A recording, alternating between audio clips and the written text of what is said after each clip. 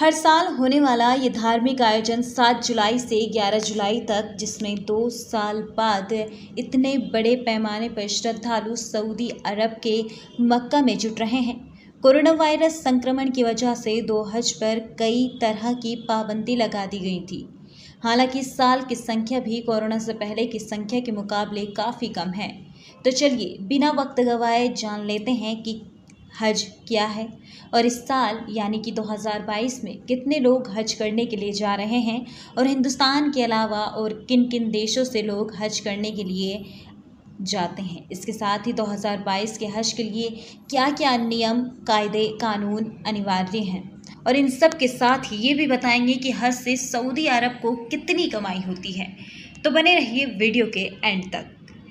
दरअसल इस्लाम के 5 फ़र्ज में से एक फ़र्ज है हज। बाकी के 4 फ़र्ज कलमा, रोज़ा, नमाज और ज़कात है।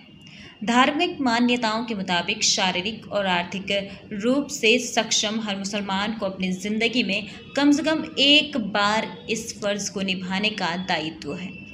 इस्लाम धर्म की मान्यताओं के मुताबिक पैगंबर इब्राहीम को अल्लाह ने एक तीर्थ स्थान बनाकर समर्पित करने के लिए कहा था। इब्राहीम और उनके बेटे इस्माइल ने पत्थर का एक छोटा सा घनाकार इमारत बनाई थी। इसी को काबा कहा जाता है। बाद के वक्त में धीरे धीरे लोगों ने यहाँ अलग अलग ईश्वरों की पूजा शुरू कर दी। मुसलमानों का ऐसा मानना है कि इस्लाम के आखिरी पैगंबर हज़रत मोहम्मद मुस्तफ़ा सल्लल्लाहु अलैहि वसल्लम को अल्लाह ने कहा कि वो काबा को पहले जैसे स्थिति में लाए और वहाँ केवल अल्लाह की इबादत होने दें।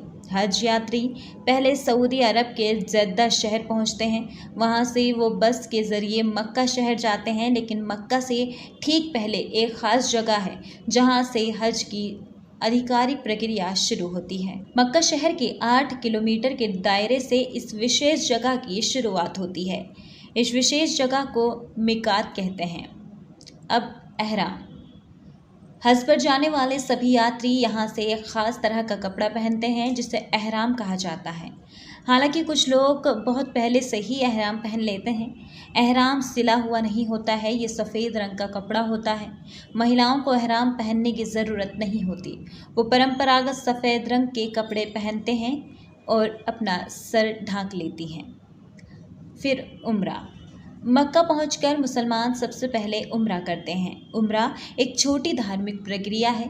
हज एक विशेष महीने में किया जाता है, लेकिन उम्रा साल में कभी भी किया जा सकता है। लेकिन जो लोग भी हज कर पाते हैं वो आमतौर पर उम्रा भी करते हैं, हालांकि ये अनिवार्य नहीं है। मीना शहर और अराफत का मैदान। आधिकारिक तौर पर हज की शुरुआत इस्लामिक महीने जिलहिज की 8 तारीख से होती है। 8 तारीख को हाजी मक्का से करीब 12 किलोमीटर दूर मीना शहर जाते हैं। 8 की रात हाजी मीना में गुजारते हैं और अगली सुबह यानी कि 9 तारीख को अराफत के मैदान पहुंचते हैं। हज यात्री अराफत के मैदान में खड़े होकर अल्लाह को याद करते हैं और उनसे अपने गुनाहों की माफ़ी मांगते हैं। शाम को हाजी मुज़दलफ़ा शहर जाते हैं और 9 तारीख की रात वहीं रहते हैं। 10 तारीख की सुबह यात्री फिर मीना शहर लौटते हैं। उसके बाद जमारात। उसके बाद वो एक ख़ास जगह पर जाकर सांकेतिक तौर पर शैतान को पत्थर से मारते हैं। उसे जमारात कहा जाता है। शैतान को पत्थर मारने के बाद हाजी एक बकरे या भेड़ की कुर्बानी देते हैं। उसके बाद मर्द अपना सिर मुंडवाते हैं और महिलाएं अपने थोड़े से बाल काटती हैं। ईद उल अजहा। उसके बाद यात्री मक्का वापस लौटते हैं और काबा के साथ चक्कर लगाते हैं, जिसे धार्मिक तौर पर तवाफ़ कहा जाता है। इसी दिन यानी जिलहिज की 10 तारीख को पूरी दुनिया के मुसलमान ईद उल अजहा या बकरा ईद का त्यौहार मनाते हैं। तवाफ़ के बाद हज यात्री फिर मीना लौट जाते हैं और वहाँ 2 दिन और रहते हैं। महीने की 12 तारीख को आखिरी बार हज यात्री काबा का तवाफ़ करते हैं और दुआ करते हैं। इस तरह हज की प्रक्रिया पूरी होती है। साल 628 में पैगंबर मोहम्मद ने अपने 1400 अनुयायियों के साथ एक यात्रा शुरू की थी। ये इस्लाम की पहली तीर्थ यात्रा बनी और इसी यात्रा में पैगंबर इब्राहीम की धार्मिक परंपरा को फिर से स्थापित किया गया। इसी को हज कहा जाता है। हर साल दुनिया भर के मुस्लिम सऊदी अरब के मक्का में हज के लिए पहुंचते हैं। हज में 5 दिन लगते हैं और ये ईद उल अजहा या बकरा ईद के साथ पूरी होती है। इस साल 10 लाख देसी और विदेशी तीर्थयात्रियों के आने की उम्मीद है। इसमें से 85% विदेशी तीर्थयात्री हैं। इससे पहले कोरोना की वजह से साल 2021 में करीब 60,000 लोगों को हज पर जाने की अनुमति दी गई थी। साल 2020 में ये संख्या और भी कम थी। दोनों ही साल सऊदी अरब में रहने वाले लोग ही हज कर जा सकते थे। हालांकि कोरोना से पहले साल 2019 में करीब 25 लाख लोग हज पर गए थे।